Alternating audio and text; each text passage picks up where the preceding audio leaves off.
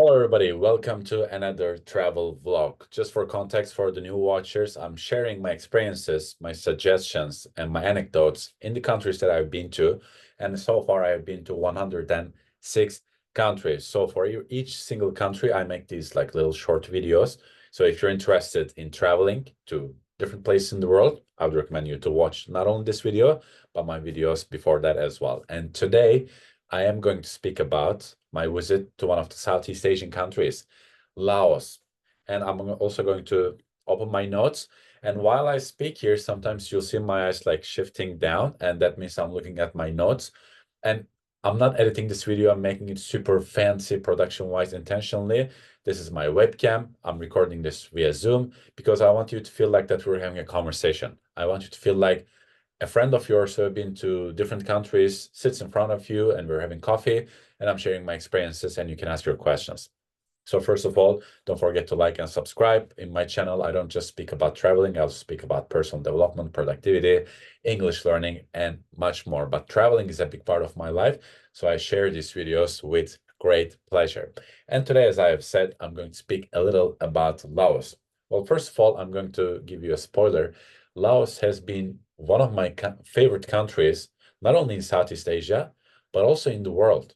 And before coming to Laos, I really didn't know what to expect. So I flew to Laos from Bangkok to the capital, Vientiane, and the first positive surprise was like the customs were super easy. As a Turkish passport holder, I needed a visa. I think many people do. I paid around $25. You can get it at the airport. You can pay it online.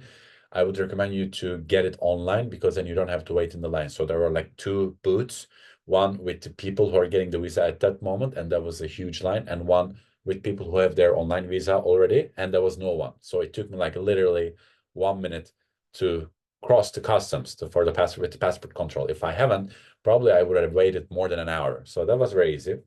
And then when you're at the airport, I you can take a bus to the city center and it's very nearby. It took like 15, 20 minutes to the city center. So the airport is still close to the city center. They didn't build another airport that is like 1 hour away from the city center. So that was very practical.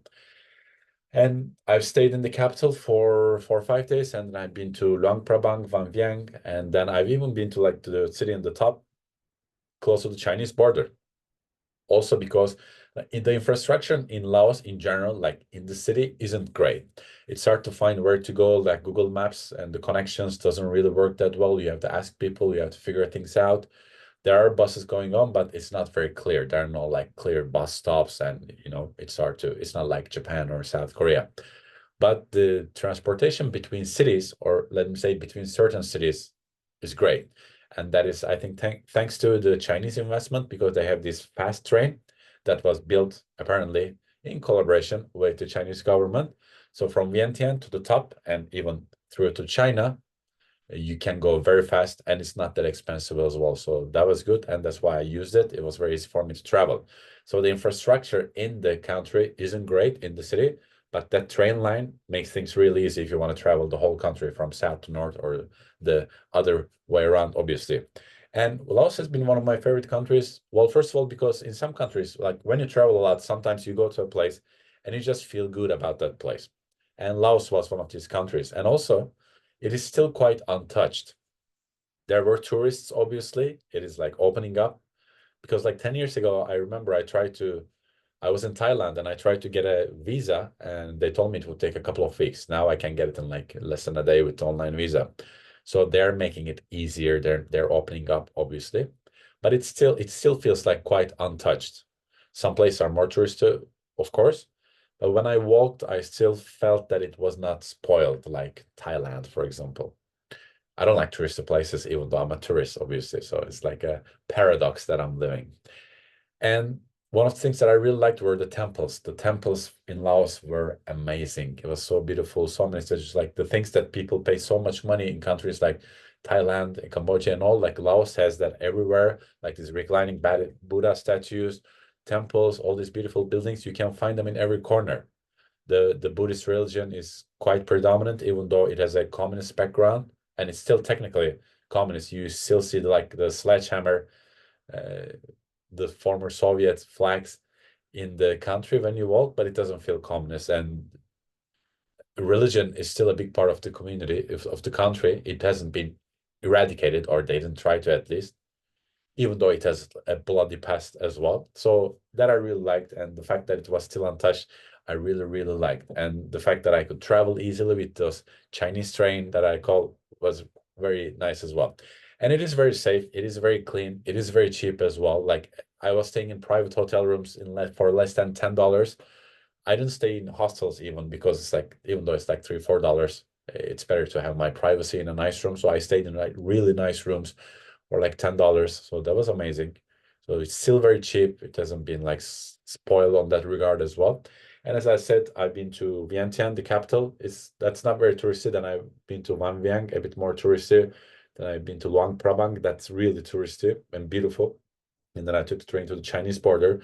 I haven't tried to enter China. I tried to contact the embassy, but they said no, it's not possible to get a visa there. But would have been great. And that city on the top, I forgot the name now. You can write in the comments. I mean, I'll have to check it again. That city on the top, close to the Chinese border, like, you can literally walk to the Chinese border there. You see like the gates and say China. That city is completely designated for Chinese tourists coming from China, actually. Because when I went there, I was the only white person there. Everybody was Chinese. All the shops were in Chinese letters, like Chinese, because the alphabet is different, obviously, the Laotian alphabet. And the prices were in yuan, not in Laotian currency. And even the time difference was, because China was 1 hour further, so the time difference was they had the Chinese time. So when I got off at the train station, it was still Laotian time. And when I went to the city, like with a 15-minute bus ride, it was the Chinese time. So everything is designated for the Chinese there. So if you speak Chinese there, life is easier. And I would have loved to enter China from there, but it just wasn't possible. So, and the rest, there are a lot of bars, a lot of prostitution there as well. So it was good to be there, but nothing too special, but it was interesting. And again, my overall impression of Laos is great. It's a country that I will definitely come back. Also, what I did at the end, I took a bus to Vietnam, but I didn't take a direct bus. I took a bus close to the border and in a little town, and I stayed in a fantastic guest house by the view of the river, and it was just $4 or $5 per night.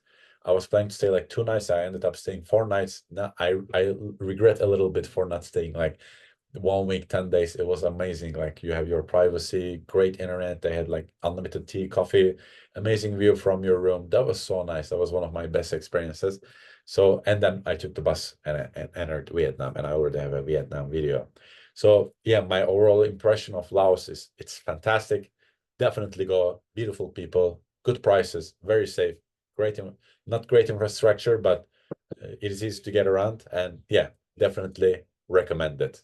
So I hope you enjoyed this video, and feel free to like, comment, subscribe. If you have any questions, feel free to ask, and I'll see you in another video. Bye bye.